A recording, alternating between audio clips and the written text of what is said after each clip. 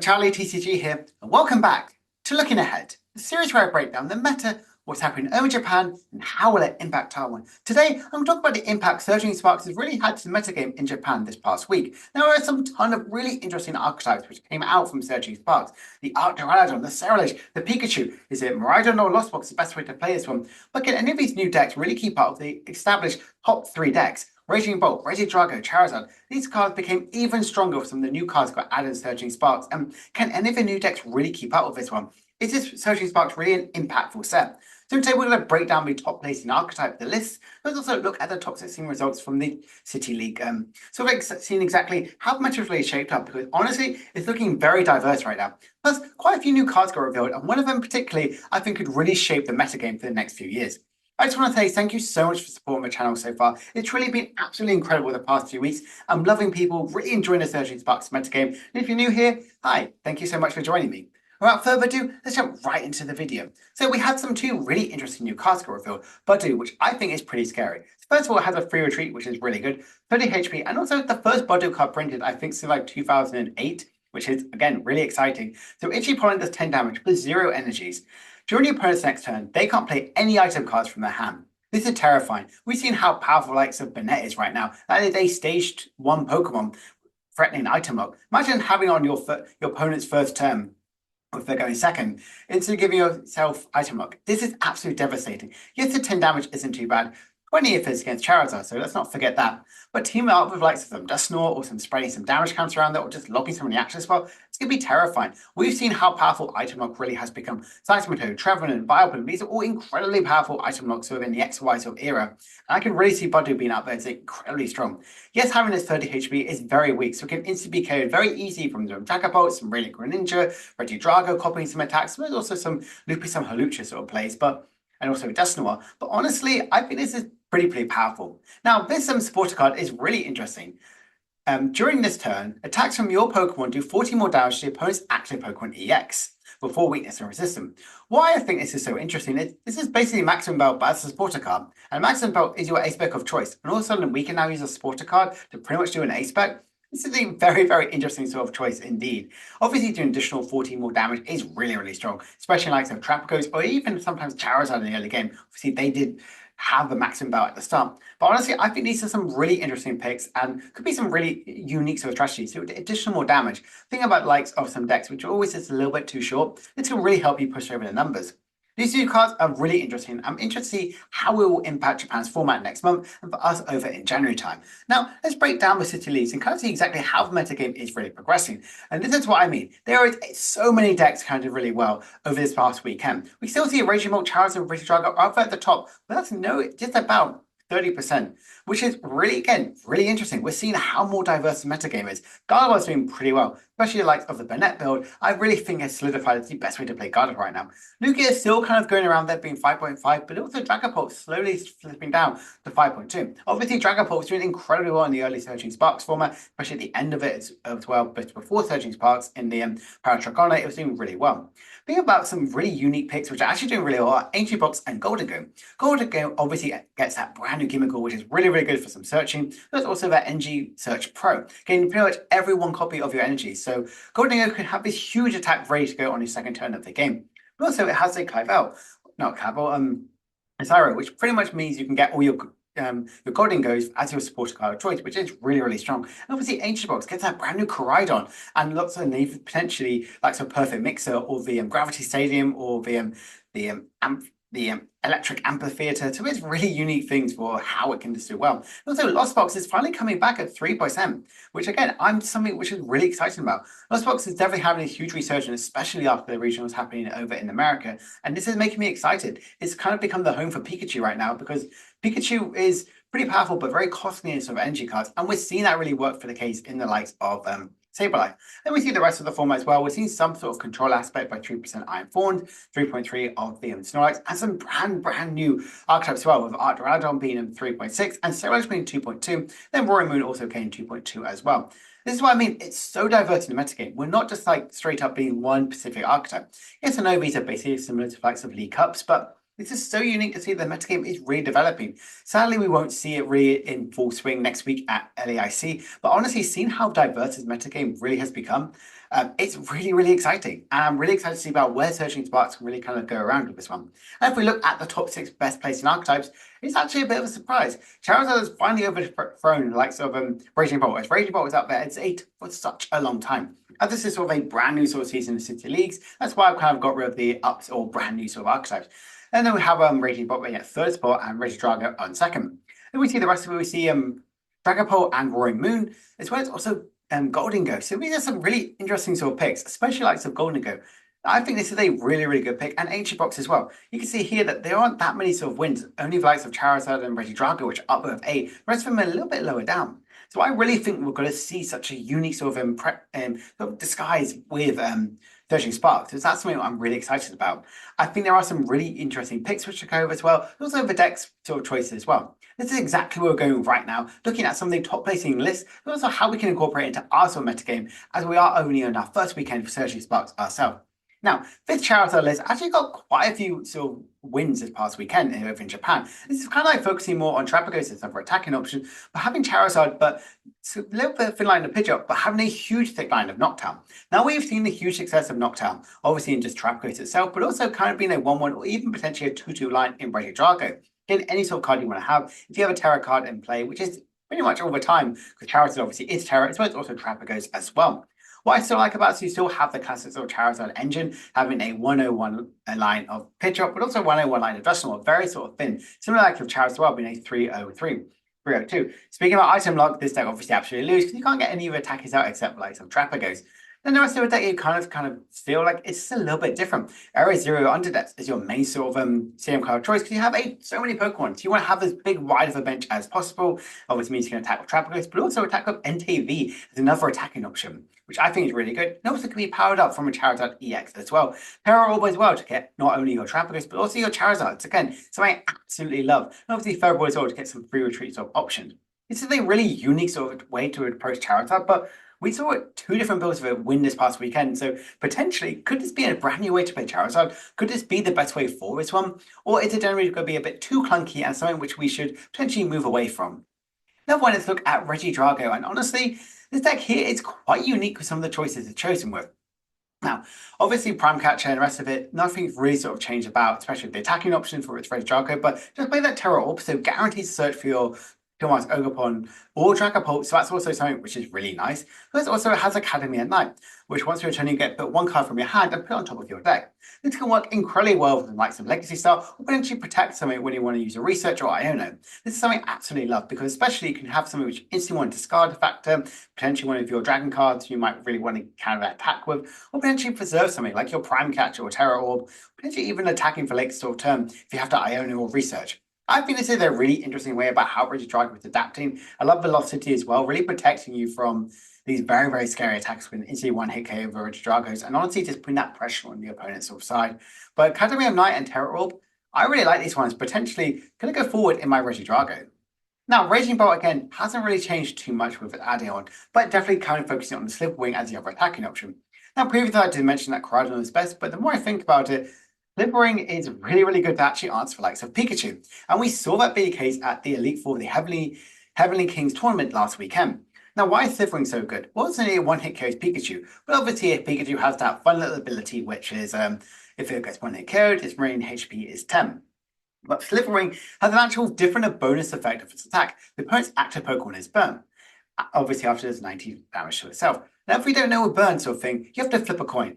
And if you get heads, obviously you don't get damage, but if you get tails, you do 2 damage to put 2 damage counters on yourself. So pretty much you get the KO Pikachu's as well from its attack. So again, it's incredibly powerful and a really good sort of synergy, and something which if we've seen Miraidon really pop up a lot more on the online sort of scene, especially with people playing with Pikachu and the likes of Magnetons, this Slipwing could definitely be justified for Raging Bolt decks going forward. Now, if we look at this Dragapult one here, this is definitely a little bit different. We've seen the Natu build kind of like see some resurgence over in Japan. Personally, myself, I really do not like the Natu build. I think the Natu build can be a little bit too slow. I would much rather have like the likes of the the Pidgeot's guarantee you can search for cards, but this does play the Terra Orb, which is exactly what we thought would be perfect for Dragapult. It's kind of like gaining a lot more support as it goes along. The Briar, the Crispin, the Sparkling Crystal in the previous set, now Terra Orb as well. And then before that, you had the likes of the Duskull and First Antipathy. So there's so many good cards, Dragapult. It's really kind of solidifying itself to be one of the best decks right now in the format. And we can see here, as this Terra Orb, I think it really pushed Dragapult to be that sort of best one. Yes, an overdraw factor is really sort of weak. You're kind of reliant on the top deck, or if someone gets knocked out, you use First Antipathy or Rotom to draw into certain cards. And kind of like getting your Arvin to get your item cards. So unlike having the likes of the Natu for a draw factor or Pidgeot to search your card, you really are relying on the luck of a draw. But as you can see, this deck is quite consistent. I think Terra really does open this one, and you're not discarding any key resources like you potentially would do with Ultra Ball.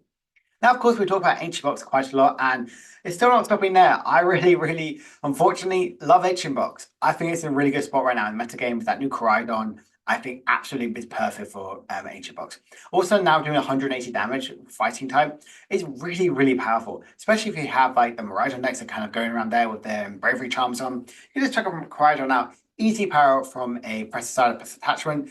Honestly, incredibly strong. Exactly like I said about why Great Tusk is such a good pick right now. The land claps, we're in such a fast format. Most people are going through half a deck so early as the end of their first turn or second turn. Kind of like spamming Great Tusk while trapping somebody in the active spot with counter catcher or bust orders. It could be really devastating. They could potentially lose like 8 sort of cards whilst they're just stuck there trying to like find any energies as well. Petron and Munkidori I really like to do additional damage or potentially have that switching out or that huge damage from the out sort of like late game. I've talked about why I think Secret Box is much better than Brilliant Blender, but if you don't really know about this one, you can potentially get even more discarding from your Secret Box than you potentially could with Brilliant Blender, guaranteed discarding 5 Asian cards. Whereas like the Secret Box, you can discard even more because you get to play the item card, the stadium, as well as also and to discard some more cards, feature energy boosts that capture to again discard, as well as also Sada as well, more cards in your discard pile. Now, Gholdengo, I did mention before that Gholdengo did obviously get that brand new Gimmighoul, which is perfectly to get some more basic energy cards for Gholdengo, which I absolutely love, but it's still going with having the Dusknoir. Now, Gholdengo has had so many different variations. I generally think the Dusknoir build is potentially the best one. Obviously, what they were running likes of a Palkia, but now we're not going to focus on this type 2 different energy like metal and water. Now we're having every single one because of Energy Search Pro. What this does is get to search every sort of energy but one of each one from your deck. So all of a sudden you can like get all your cards you need to have straight away, so you can get these big one-hit kills for Gholdengo pretty much as early as your second turn once you get all the guys out. But how to get your Gholdengos out? Now we're playing Energy Search Pro instead of the likes of the Hyper Aroma. This is where the likes of Cryonoka is around. Apologies for that butchering that name, which you can search check for 3 Pokemon EX. This obviously can get your First Antipathy, but also 2, potentially even 3 Gholdengo EXs. So also guarantee your cards as well, not sacrifice any likes of Ultra Ball, potentially draw into them with your other Gholdengos or First Antipathys or Radiant Greninja. This, I think, is a really fun sort of deck. I think Gholdengo is in a really good situation right now, and honestly, really excited to see exactly how it will work around it. I really hope Gholdengo will potentially come into that big tier 2 archetype and really kind of stick there. I think it's a really fun little silly, as they call it, the cheese string man, but really, I really think Gholdengo is in a good spot because of these 2 brand new cards. Now we'll look at some of the new archetypes as well. Look at the Archaludons, the Ceruledges, and potentially other decks as well, which have kind of like made a splash, which have got a few wins. Now this Archaludon is a little bit different to the one that actually obviously did to keep into the Heavenly King's Tournament. This focuses on having Forever Room as another additional attacking option. Obviously this is pretty good, doing 250 damage, and even more for if you move switch from the bench to the active spot, which again I really like. You can pair up like the Archaludon. Archaludon's also a really good wall. You also, as you're playing the Rever Room EX, you also have the regular Rever Room with a rumbling engine. So you have that inbuilt draw factor as well. Again, something I really love about this one. Still always playing that Relicanth because Duraludon is really good for a secondary attack after the Archaludon had this big sort of hit. But yeah, I really like this build of Archaludon. It's very different to like the Dialga build or potentially even the likes of the Starmie build as well to currently guarantee you can hit the 240. So having this one, I really like the Rev Room as another attacking option, hitting for anything lightning weak, or potentially just having a really good secondary attacking option as well. Another build as well, a little bit different, still focusing on some single prize attacking option, is the likes of Scizor. Scizor obviously does more damage if the remaining Pokemon your opponent has with abilities out in play. Now, I really like this one because if you think about it, so many decks play abilities. Think of Charizard, think about Trapagos, think of Palkia, think of Dragapult, think of Regidrago. So many of these ones could have like 4, 5, some even 6, all of their Pokemon play with abilities. So this is all for one energy. Can do these huge one-hit KOs. Force your opponent to get some gutsing effects, as well as also having your Archaludon with over 300 HP. You can nearly have a single prize board state when you need to have this one, even out of Serendipity. So I really, really like this sort of deck. I think it's really unique, really fun. I think Prime Catcher is an amazing sort of aspect sort of play in this style of one. What I always love to do is try and find even more ways to potentially have like 1 or 2 more Duros, because you're already playing so many night stretches to get your Archaludons and your energies. Having an additional more Churro instead of having like some Power Pad, I still think is really, really strong.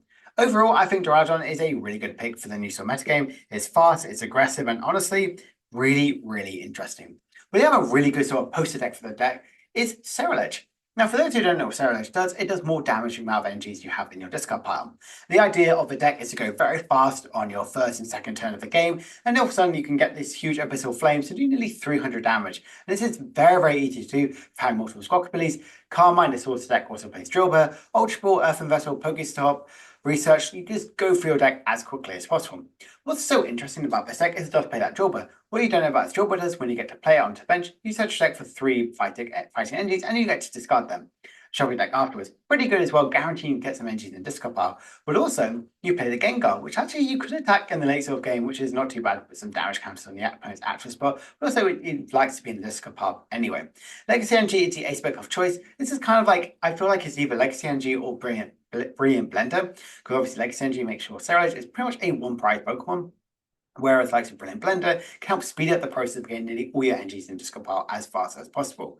I really, really like Ceruledge. I think it's so fun, so fast, and the decks are just getting more and more streamlined. We're seeing it pop up a lot more in the online scene. I'm really excited to see in the weeks leading up to when we get Surging Sparks illegal for us, how it's really making the impact, because we have about a month and a half until we see it in the Champions League in Japan. So we just got to stick with them City Leagues till then. And we already saw Ceruledge get a little bit of a splash, but I'm really excited to see exactly what is this the best way to play Ceruledge, or is it going to be the Palkia build?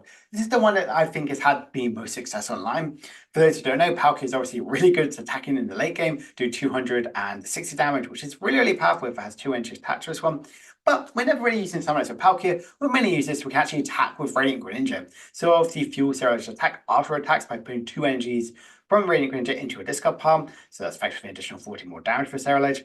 But there's also, with Moonlight Shuriken, sniping out some really key sort of strategies. Getting rid of some Dust Skulls as well, which can be really problematic. Or potentially any of the Charmanders, the Rolts, or anything like that. Very scary sort of Stage 1, potentially even low HP basics on the opponent's side of the field. You can see here, they're still very fast, very aggressive. The tracking shoots are really like having low count on the Night Stretcher. I'm not a big fan of. I always like to play a higher count in my Ceruledge build, so you guarantee you can get these your energies you really need to have. And as you can see here, they are playing a Brilliant Blender and not the Legacy Energy. Really value into going through a deck as quickly as possible in the early game, so you can get these huge, big Abyssal Flames doing over 300 damage by turn 2. Now, we did see Control actually did get a new card, that Duran, which when you get it put on play, is kind of top card of your opponent's deck. If you're already in a penny style sort of loop, this is still quite fun to have. Just pick up your Duran, play it down, just having a little bit more of that discard effect. You can see here there is no energy, so you're constantly using the wall sewer strategy, whether it be through your Mimikyu and Cornerstone Ogerpon to attack, or some likes of blocks them in the active spot. The Duran, I think, is just a fun little play here. You're really locking someone in the active spot, just like penny loop it, just like constantly discard some cards, which can be really, really scary. I just think that's a really interesting card which has been added to control some Arsenal, and definitely something which could be very scared about. And of course, we have a Lost Box as well. As I mentioned before, I think Pikachu is the best partner for Lost Box right now. Because of how much you need to have attack. 300 damage for 3 unique energies. You're already playing Water and Lightning anyway in your sort of deck as well. So just adding additional more like the Grass and the Special Energy kind of makes a bit more sense for Pikachu. So one thing I really like is when they are playing the Iron Fawn, so similar to the other builds as well. But also it's playing Trapagos EX. Reason why I think Trapagos is really good, because it also helps against the other Cornerstone Master Ogerpon, so you can actually get these big one-hit KOs straight away. Yes, you're not really going to be utilizing having these what's it called? Like you can go for your Cornerstone Master Ogerpon, they're not really going to KO you back. You're doing 150 damage potentially to it, but you're still hitting pretty good numbers as well. The rest of it, I think, is really, really strong, really powerful. Going back to these sort of EX, sort of high HP EXs, I just think works really well. I think the Kyurem sort of scare is still around there because Regidrago is still up there at the top. We are still seeing them Dusknoir doing incredibly well, Palkia as well. Obviously, that just won the special event yesterday. So again, we are seeing some unique sort of picks kind of go around here. So going around here, I do think this is the best way to play Lost Box. I think Lost Box is still in a good spot right now in the metagame. It's not too aggressive for this one. I still think it can shine around him, especially if you think about turn 2, the Pikachu. And obviously you can mop it up with a Raining Greninja, the Sableye in the late style game. And you have these big sort of attack like Blood Moon Ursaluna. So yeah, I'm a big fan of Lost Box. So that kind of wraps up for today's video. One thing I big want to talk about, can the new decks actually make an impact? We have obviously seen Pikachu, Ceruledge, and even like Archaludon do pretty well in the format right now, even if Andrews look at Control, but Regidrago is just so powerful right now, teamed up with likes of Charizard and Raging Bolt. So that's definitely something to be really concerned about. Which is, are any of these new decks really going to kind of go around this one? Because are the current decks is so powerful? And what is the best way to play Pikachu? We have kind of everyone thought, oh, it's the Rhydon build, but in Japan right now, I think they're more favoring the Lost Box style build. But also, we had Surging Sparks ourselves literally on Thursday to test online, and then Friday on the store release. So it's still really early to tell. It could be Miraidon, it could be Lost Box, it could generally be on itself with Blissey. There are so many unique ways to approach Pikachu. Personally, I think right now, Lost Box is the best way to play Pikachu. So, hope you guys have enjoyed this video. If you have, please make sure to like, subscribe, and comment down below. What do you think is the best deck right now in the Surging Sparks format? And can the metagame really sort of change right now? Or is Regidrago just too powerful? I know that's a lot of questions, but honestly, there was a lot of discussions from Surging Sparks. For a format that doesn't look like it really added a lot, it definitely has shaken up the format quite a bit. So, hope you guys have enjoyed this video. If you have, please make sure to like and subscribe. I'll be back in a few days' time for another video. Bye for now.